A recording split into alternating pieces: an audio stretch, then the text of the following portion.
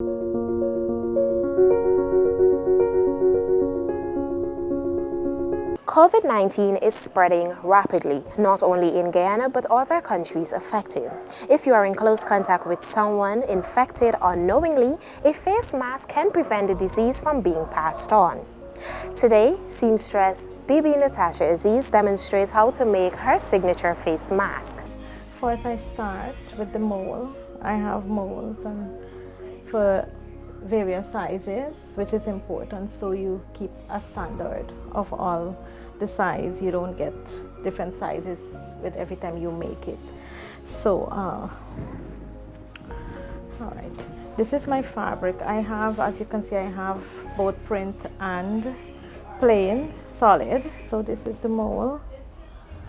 I keep a mold, a pattern for every size, so I stay on course with my size and I don't get a different size or a different fit every time. So this is the print, so I'm gonna cut one. I usually cut in bulk, so it saves me time. I don't have to stop every time, so when I'm sitting to sew, I have a quantity, so I don't have to like get up. I prep everything before I go to sit down on my sewing machine. So this is actually the outer part of the mask. So this is my cotton that I use to line, which is 100% cotton. I usually double the layer inside. The cotton is double inside.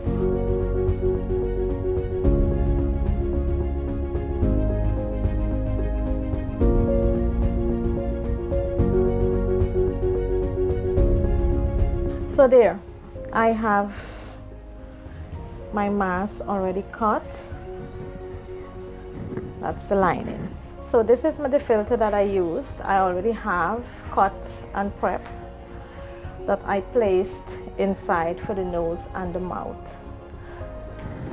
And this is my elastic that I use for the ear. Already have cut and prep as well. It makes everything easier when you have all your stuff cut, put together. First, I start with attaching my filter. As you can see, the lining is white cotton, so I use white thread. If I'm using black cotton lining, I use black thread. You want a neat finish. You don't want to use all different colors of thread. It's something it doesn't matter what I do, whether it's face mask, costume, I try to keep a standard with everything I do. I look at everything the same way, the same finish. So there you go. I attach my filter, and of course this filter, somebody called this morning and was inquiring if this filter is the one that, you know, when you washed it tends to loose and you cannot, it's not good anymore. No, you can wash this. Of course, you're not going to put it in a machine. I don't even think a machine could destroy this. But no, this is the good filter. It would not get destroyed if you washed and reused your mask. So I put these two together.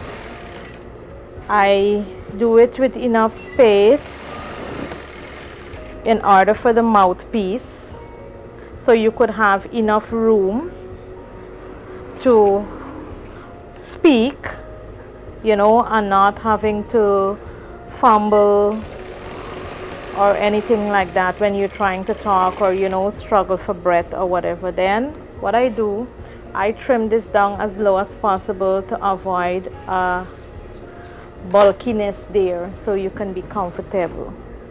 Then I attach the two.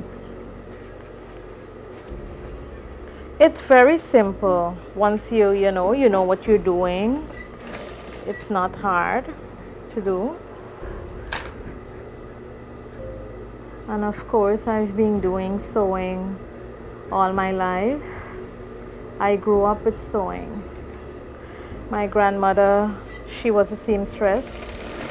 My mom also followed in that footstep, and I have one aunt. Well, I'm the only one from this generation that actually took this. Another thing, I tried to keep my mind open from the moment I started doing this, to keep my mind open to anything, because I believe there is a season for everything. So you have school season, you have wedding season, now we have COVID-19 season. It's not a happy moment, but you know, I keep my mind open to my work. It's how, you know, I could have figured out.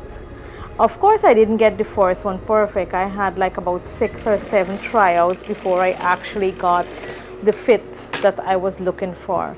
So there you go. I attach the bottom, the top. So I'm gonna flip it over. So everything is inside. All the raw edges, it's inside. Turn this over. Of course, I have help to do all this. I have my daughter, she helps, and I have an ex-help as well. So I don't have to spend time doing all this to take up my time. There you go. So what I'm gonna do now, I'm gonna attach my elastic.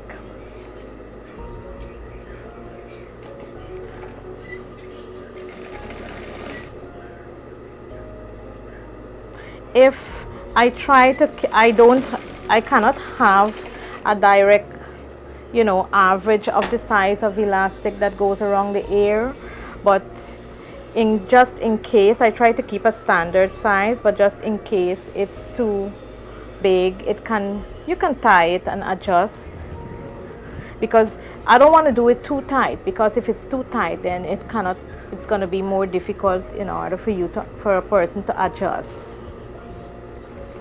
It's easier to adjust when it's bigger.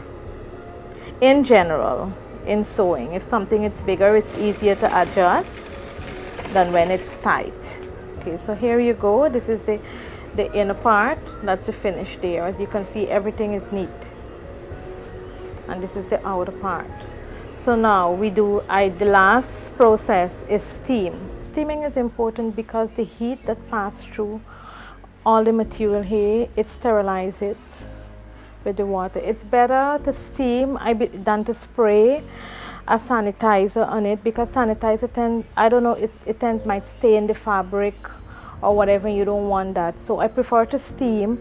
Gives it an even neater finish, the presentation, and it's also sanitized once it's steamed. Heat is sanitize, I think, almost everything, right? So this is we steam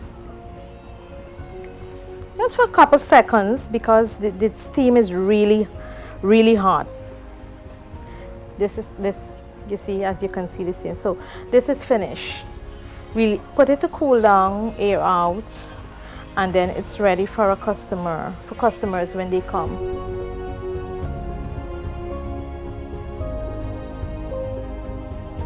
Thank you very much, babe. I must say they are comfortable, secure, and affordable. Be sure to support Bibi. And remember, if you must go outside, always use a face mask. I am Lorene Ward, thanking you for joining us.